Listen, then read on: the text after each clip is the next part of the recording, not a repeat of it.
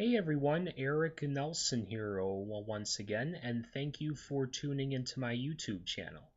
Well, I am back with another book review, which I will be reviewing. Larisa Walks, A Witch Without Magic. Now for those of you who haven't seen my other reviews, here's why I have a copy of the book cover on a piece of paper. I have the book on my Amazon Kindle, which is on my laptop, which my webcam is also on my laptop, but I'm still not all up to date on how to, you know, in on how to, on all the technology where I can just show you the image through the webcam. So until I learn more, I'm resorting to this method. So anyway, back to the book. But first of all, I want to say if you have seen my other review on the witch's sleep, where I say it's not your average um, or stereotypical book on the witches.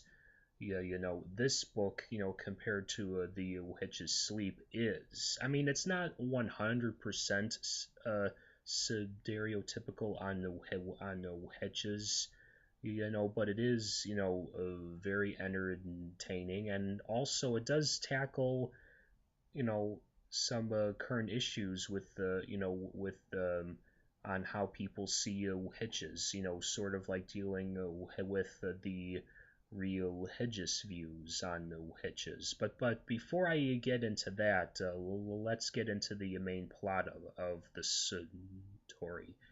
It actually it actually centerfolds around a witch named Belladonna, who has lost all of her powers, and in the midst of that, her neighbors all of a sudden become cursed as they age rapidly, and how they age rapidly is that they age by day. So every 24 hours they become a year older, and they all think it's Belladonna's fault because everybody knows that she is a witch. So they wherever she goes, whenever she's in her house or wherever she goes, mob, there's like a whole mob of people. It's mostly her neighbors, but they just follow her and try to torture her, saying witch, witch, and once again they bring in their religious views on the witches. So then, while she's trying to control the situation around her house and her local area, she tries to wonder, well, if I don't have my powers, well, then who did this? So she travels to what is called the other world to find out who's responsible. And as a matter of fact, it's actually now I usually stop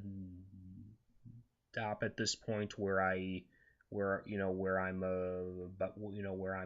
about to say who is responsible for the conflict of the story. But let me just say it's a Peladonna is a good witch, but who is responsible for all the chaos surrounding her?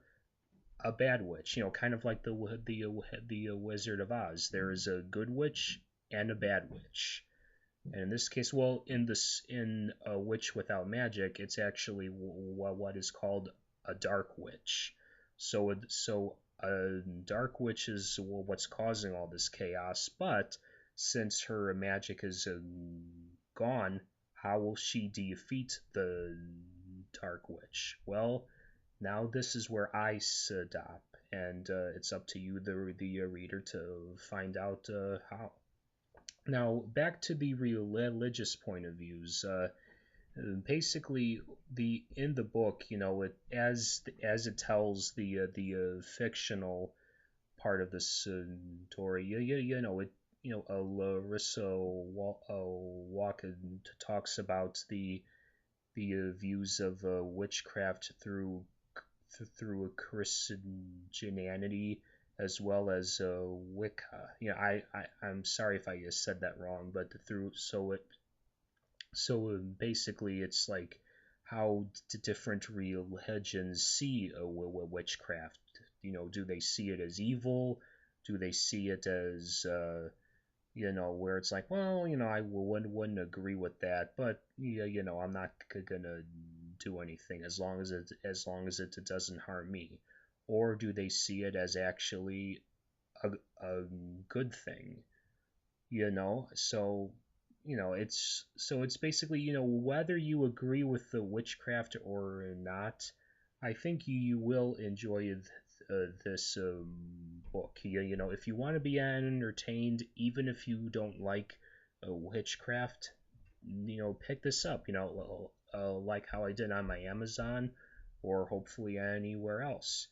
So anyway, this is it. Larissa Walks, A Witch Without Magic, and I hope to see you all at the bookstore.